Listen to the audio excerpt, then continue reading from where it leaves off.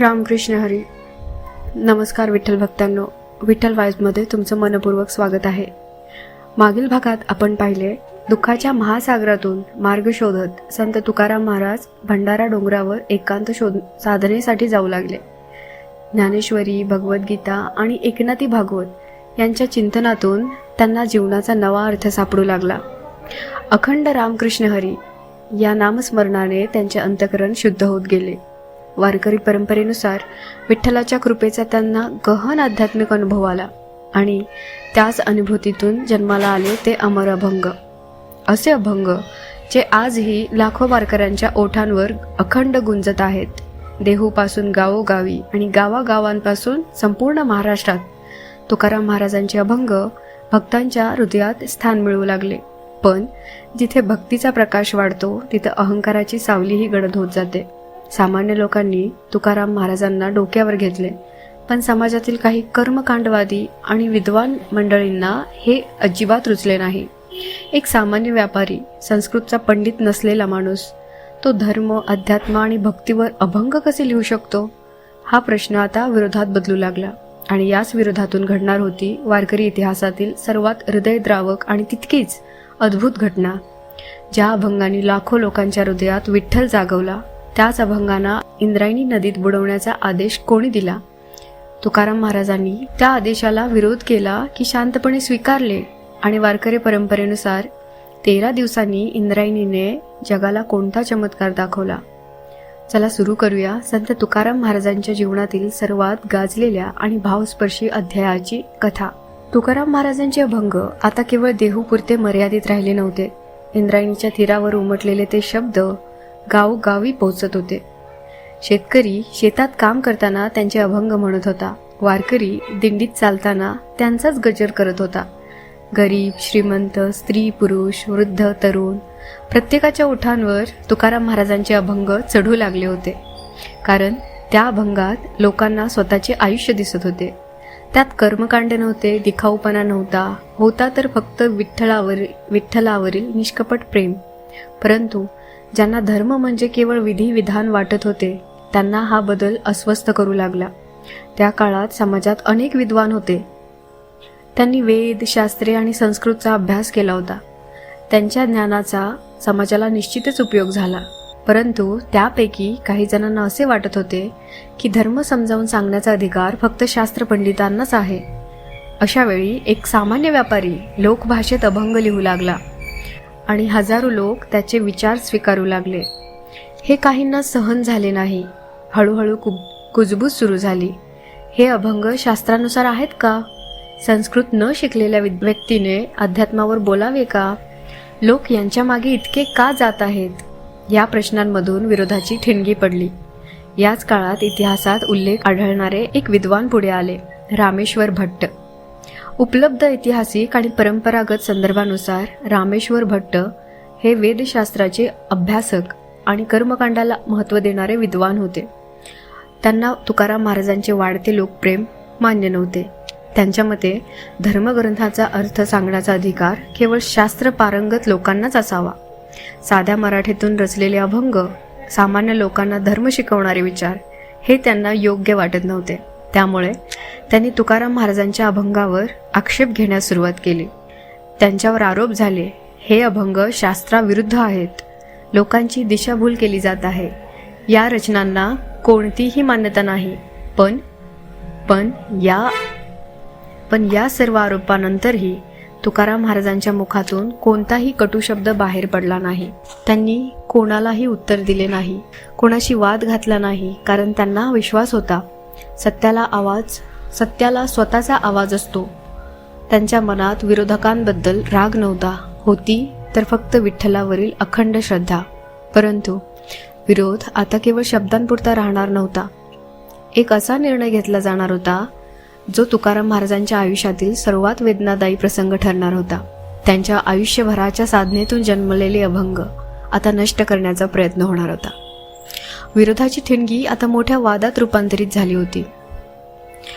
परंपरागत कथनानुसार आणि अनेक संत चरित्रात वर्णन आढळते की रामेश्वर भट्ट आणि इतर काही विद्वानांनी तुकाराम महाराजांच्या अभंगावर कठोर आक्षेप घेतले.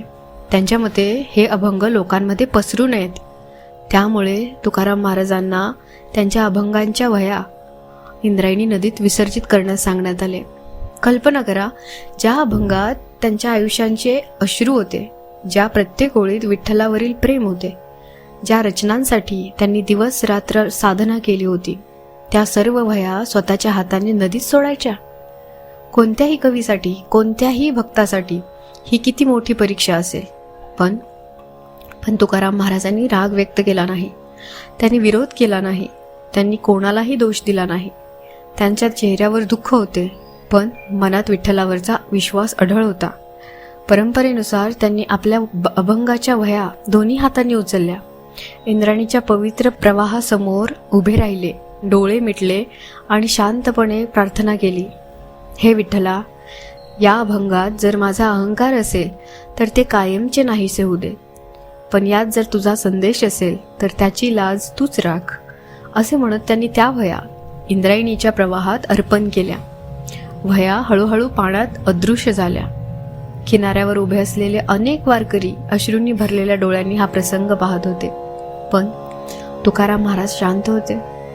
वारकरी परंपरेनुसार या घटनेनंतर त्यांनी इंद्रायणीच्या तीरावर उपवास सुरू केला. ते अन्न पाणी त्यागून अखंड विठ्ठलनामात तल्लीन झाले. दिवस सरत गेले.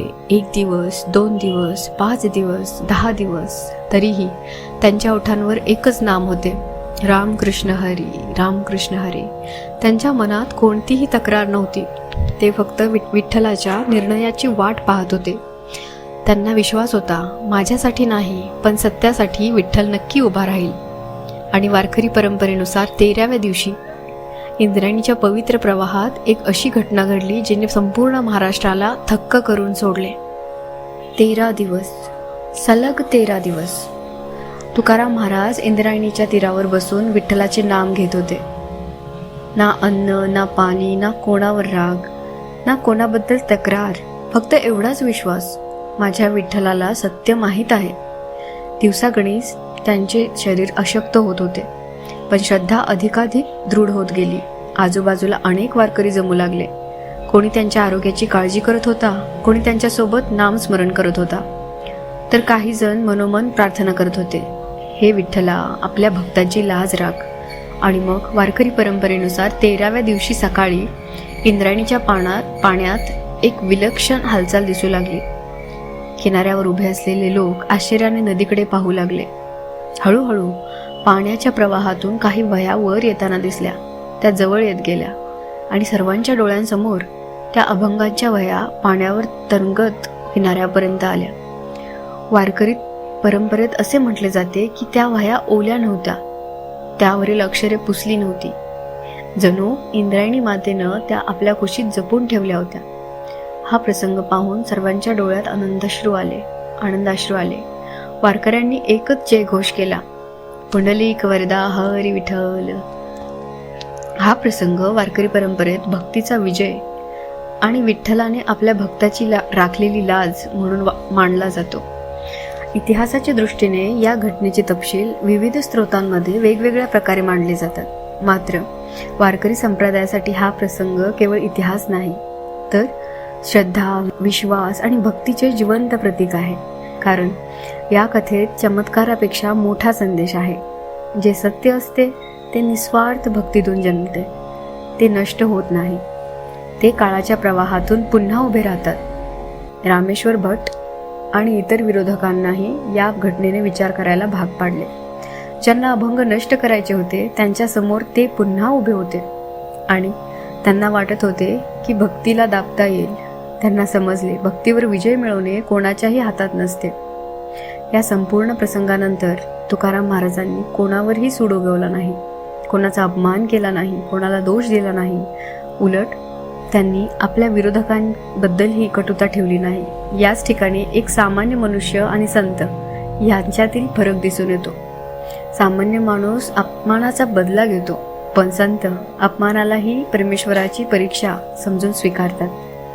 तुकाराम महाराजांनी आपल्या जीवनातून शिकवले, क्षमा ही दुर्बलतेची नव्हे तर अंतकरणाच्या सामर्थ्याची ओळख आहे. त्यांनी कधी स्वतःचा विजय साजरा केला नाही. ते म्हणाले नाहीत, मी जिंकलो, कारण त्यांच्या दृष्टीने जिंकला होता फक्त विठ्ठलावरचा विश्वास. अहंकार हरला, भक्ती जिंकली. वाद हरला, प्रेम जिंकले. संशय हरला, श्रद्धा जिंकली. आज शेकडो वर्षानंतरही तुकाराम महाराजांचे अभंग लाखो लोकांच्या मुखी आहेत. पण त्यांच्या विरोधकांची नावे फारच थोड्यांना आठवतात.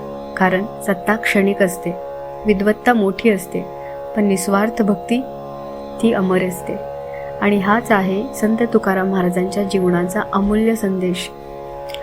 जर संत तुकाराम महाराजांच्या या चरित्रकथेने तुमच्या मनाला स्पर्श केला असेल तर हा व्हिडिओ नक्की लाईक करा, आपल्या वारकरी मित्रांपर्यंत शेअर करा आणि अशाच भक्तिमय संत चरित्रासाठी विठ्ठल वाइब्स चॅनेलला सबस्क्राईब करा. कमेंटमध्ये नक्की लिहा रामकृष्ण हरी, रामकृष्ण हरी. तुमची एक कमेंट ही विठ्ठल भक्तीचा संदेश अधिकाधिक लोकांपर्यंत पोहोचवण्याची प्रेरणा ठरू शकते. इंद्रायणी तीरावर घडलेल्या या प्रसंगानंतर संत तुकाराम महाराजांची कीर्ती संपूर्ण महाराष्ट्रात पसरली.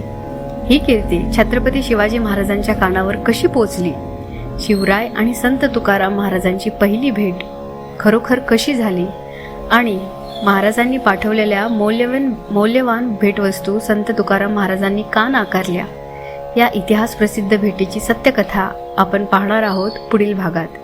तोपर्यंत मुखी राहू द्या विठ्ठलाचे नाम, हृदयी जपू या संत तुकाराम.